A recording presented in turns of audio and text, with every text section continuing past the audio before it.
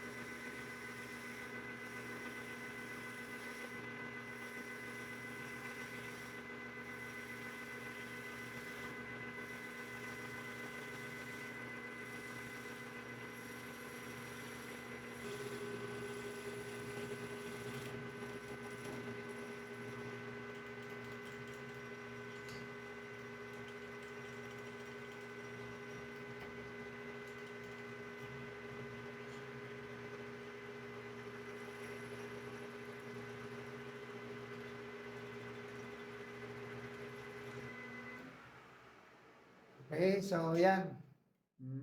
Natatanggal na.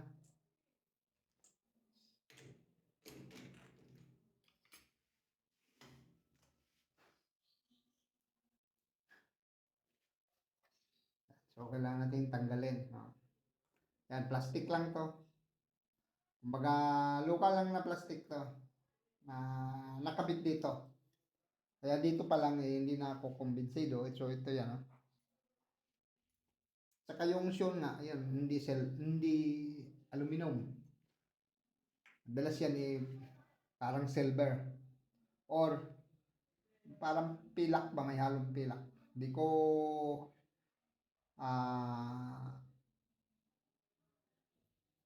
malaman or saktong tawag doon sa klase ng ano na yan. So, ang gagamitin na lang natin dito, yung ringwork niya. Pero yung silver niya or aluminum, hindi na pwede. Palitan na natin.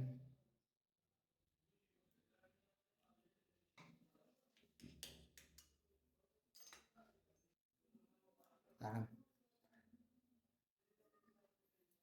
Pumuti kasi. Kaya di maganda pagka ano. So, lahat itong mga pisa na to, papalitan na natin ng mga fibra. So, yan.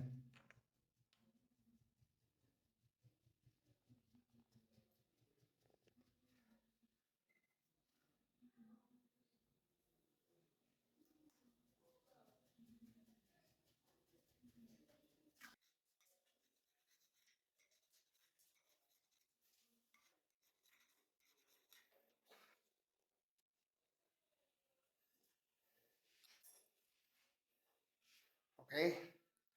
So ngayon, bago tayong ano, ito lang ang kailangan natin at saka yung ringwork niya mismo. Yung mga itim na dati pisa niya, hindi na natin pwedeng gamitin. Lalo na ito. So, balik na lang natin yan sa may-ari. Baka hanapin din niya.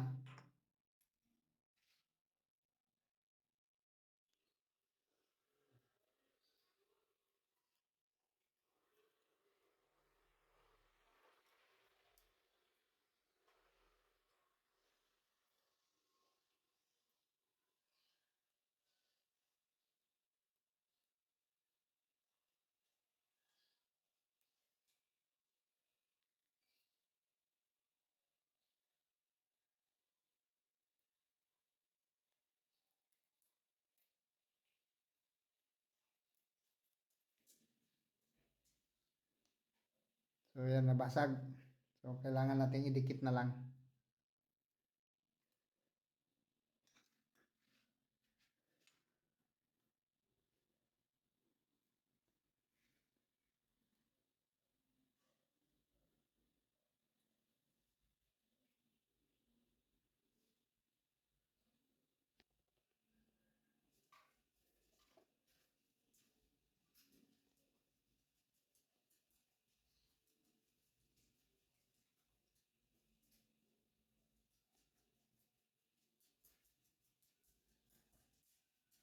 Okay, so nabuo natin uli. Basag na to eh. Nilagyan na natin ng pandikit. Yan. So, yan na lang. Ito na lang ang kailangan nating gamitin. So, ito. So, kailangan natin isuksok yan, mga master.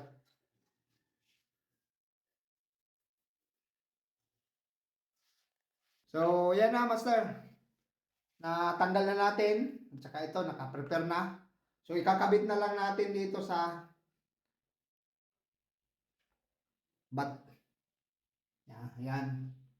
So, ngayon, matuturno natin. At ito, mako-confirm natin kung talagang ivory, mga master. Yan. Ang alam ko kasi dati talaga, puro ivory yon ang ano ng Sean. Pero, siyempre, alamin lang naman natin kung talagang legit ba. Pero may mga party naman akong nakikitang legit. Kaya lang, medyo mapapaisip din ako sa mga materials na ginagamit dito, mga local eh. So, gumamit ng plastic. Ay, ni-repair. Imposible yun eh. So, yan. Alamin natin yung mga party na yan. Yan. Kasi, kapag tinurno natin, yan, mga party na yan, no? Dito, ano na ako eh, nagkaroon ako ng hinala dito sa materials na ginagamit na to. Ito, mga master. Yan. Plastic talaga yan. So, ang Sean hindi gumagamit ng plastic. Saka ito naman, aluminum.